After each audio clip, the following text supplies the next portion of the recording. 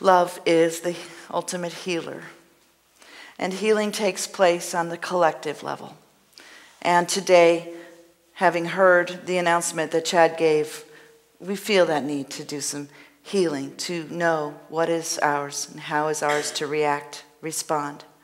And so I want you to remember as you process these things that we are, as a church family, beautiful and whole and based on love and deeply connected at a soul level. And so we can remember that truth as we think about how change occurs in our lives. Change is what I wanted to talk about today, and our reaction to it. And so I thought I'd share with you something you might not know about me. I'm a Duke basketball fan. Sorry. I couldn't help but becoming a Duke basketball fan. I raised my children living in Durham, only a few blocks up 9th Street away from the East Campus, where I could hear the Duke football band practice every afternoon. How could I not be a Duke fan living just off 9th Street in Durham?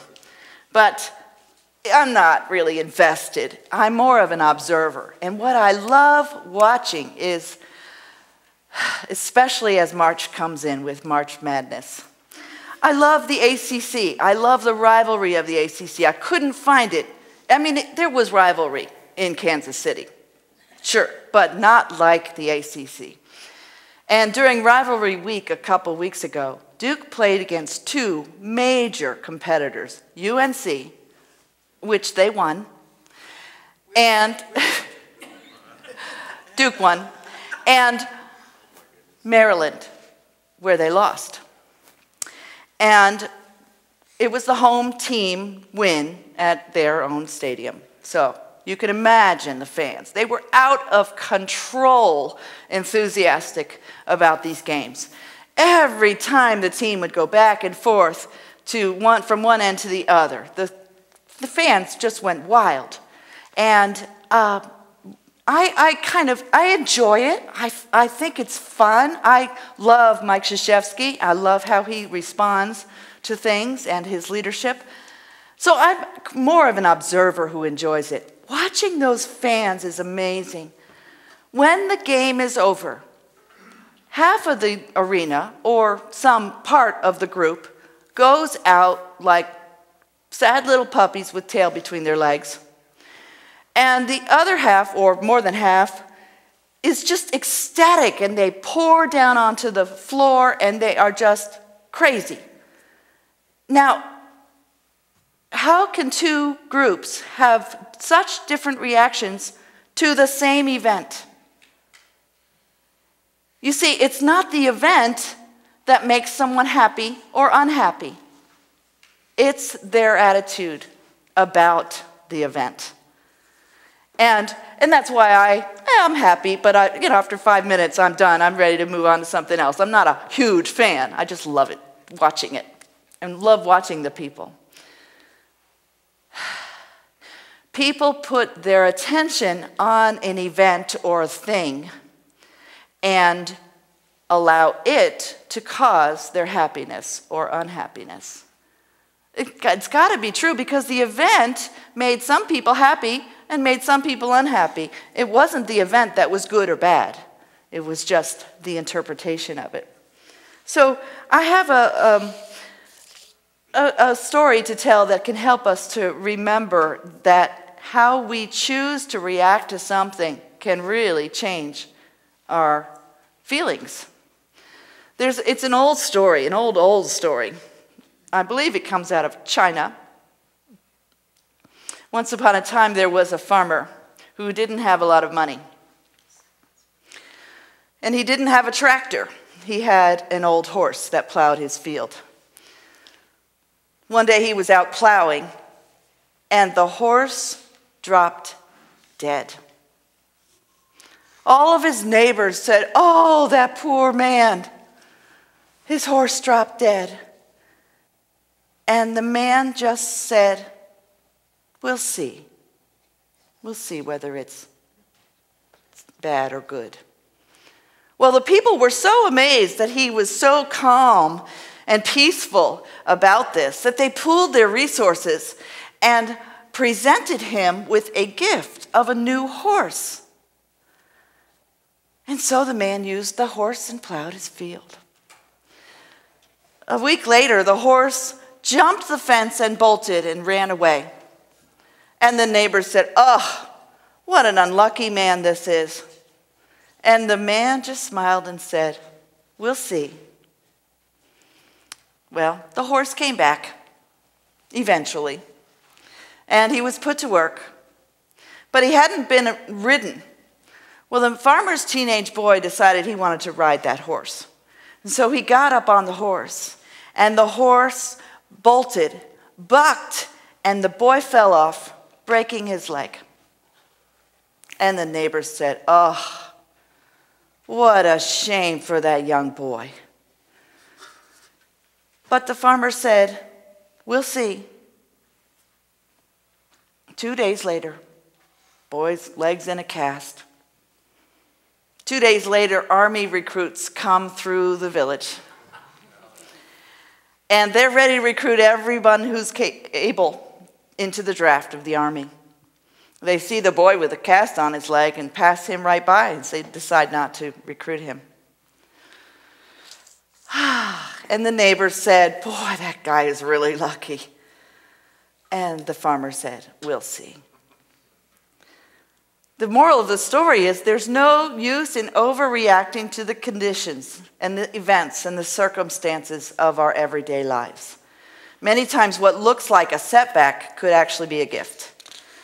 And when our hearts are in the right place, all events and circumstances can give us a gift of learning and growing and expansion. There is no use in overreacting to the events in our lives. What seems like a setback may actually be a gift. That's an ancient piece of wisdom that's worthy of our attention. So we know that every time something happens, we human beings love to make meaning of it. We have to put it in a category. We want to name it good or bad, appropriate or inappropriate. What do you think about that? What do you think about this? Everybody, that's how we start conversations. What's your opinion about? The farmer teaches us to react to events by saying, "We'll see," not naming it good or bad, not judging it. When we hear that our beloved minister of 30 years is going to change his role here, change, oh no. How are we going to react? When we hear that the board wants us to come to a special meeting to talk about our financial situation, oh no. Everybody starts talking about how the doom and gloom could happen. See, it's just an event, and we put meaning on it. What if we were able to respond to both of those big changes as we'll see? We'll see. We together see. It's envisioning. It's visioning. So many times we can look and only see the doom and gloom. And if we can choose to say we'll see, we could learn to look for the potential. So by the end of today's community meeting, you might walk out of the center and say, "Boy, that board should have told us this a long time ago." And we could blame and we could get stuck in that. But that doesn't really help us right now. It only makes us dig in our heels and blame others for our woes. Or you could walk out of the building saying, "Oh no, what's going to happen? What's going to happen?" And scramble around trying to control future events so that everything turns out right, whatever right is. We're afraid that if we get afraid, there's the word, fear.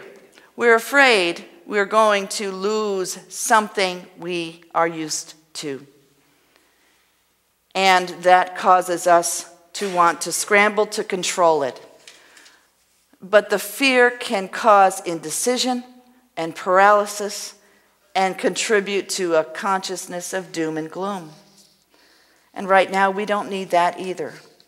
What we need is to draw on our divine powers of imagination and understanding and will and strength and love and wisdom.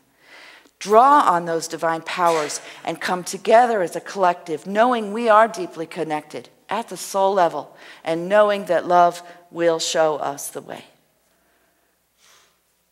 The children in today's lesson are learning about courage. And one of the quotes that was suggested in their lesson was from Eleanor Roosevelt. She says, "You gain strength and courage and confidence by every experience in which you stop and look fear in the face. You are able to say to yourself, I lived through that. I can take the next thing that comes along." She said, "You must do the thing that you think you cannot do."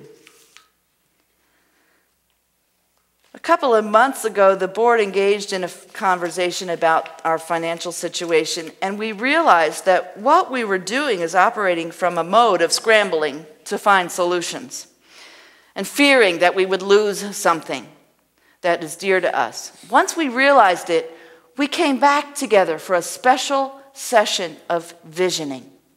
And we, together, each of us separately, and then shared it, wrote a few sentences of a vision of what we see our church to look like in just 2 years.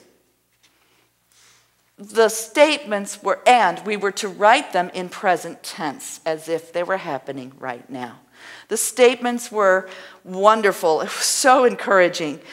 The visions were about multi-generational activities, inclusive of all kinds of people, ages, race, sexual orientation, seekers of truth gathering together for spiritual expansion, their children being cared for in a loving and safe environment while the parents could relax. We imagined a financial health that inspired us and encouraged us to know that all is well. As we hold this vision, we feel the energy rising up. And we see opportunities just knocking at our doors. We don't even have to look for them. Things are coming our way. And so we see that we also need to make room for those things to come in. We make room when a shift happens. And by the way, this happened just around December 21. Right around Christmas, we did this visioning. And a lot of people were skeptic about that December 21, 2012, the shift. Are we going to even see a shift? Everybody woke up the next morning. There was no big change. Shifts happen subtly. I am seeing a shift. I am seeing a shift in this community, in my life, and in yours. I am reminded of one of the words of my favorite truth teacher, Abraham, as in Abraham, the Hicks, Esther Hicks. Abraham says, "It is not your work to make anything happen. It is your work to dream it and let it happen. Law of attraction will make it happen. In your joy, you create something and then you maintain your vibrational harmony with it, and the universe brings it about." That's the promise of the law of attraction. Amen. Yeah. And so will we have enough money to carry us through? Will we be able to get through this? Of course we will. We just have to hold that vision of abundance and prosperity and know that it is coming through rather than that lower vibrational vision of fear. The higher vibrational vision brings that higher stuff to us, and that's exactly what we're looking for. And so we ask ourselves a question. I'm asking you to ask yourself this question that I put in our meditation this morning. What am I, and what are we to give and receive so that the greater work of Spirit can be accomplished through us all? It's our job to be fiscally responsible and to hold the vision, both using our intellect and using our faith to step forward. We don't know what the new will look like, but we can know that we have asked for it, and it is coming. We can be excited about the changes, or we can be fearful of the unknown future. It's our choice. Will we say, oh, that's too bad, or oh, that's good, or will we say, we'll see, and trust and walk together in love? On the last week of February, the daffodils are blooming. These daffodils came from my yard, and I love to see the daffodils bloom because it reminds me of every year. It was my mother's birthday on the February 25, and I knew that I could always bring her fresh flowers, and they were just in the backyard. So when they bloom, I remember Mom. And they're so hopeful, aren't they? Because it's still winter out there. But we know winter is almost over because here they are giving us that sign of spring. Boldly, courageously, before the snow is even finished falling, these delicate, beautiful flowers come popping up out of the earth. We know from seeing them that the darkness, the waiting period, the gestation period of winter is almost over. Spring brings birth. And we are birthing something new in our lives, in this community. Our question to ask ourselves is, will we be open to the possibilities that come with spring? So let's be engaged and courageous, but let's also be detached from the outcome. Let's hold the vision. Let's release judgment and watch it unfold. That's all we can do. And we do it in joy, knowing from the depths of our peaceful heart that all is well. Namaste.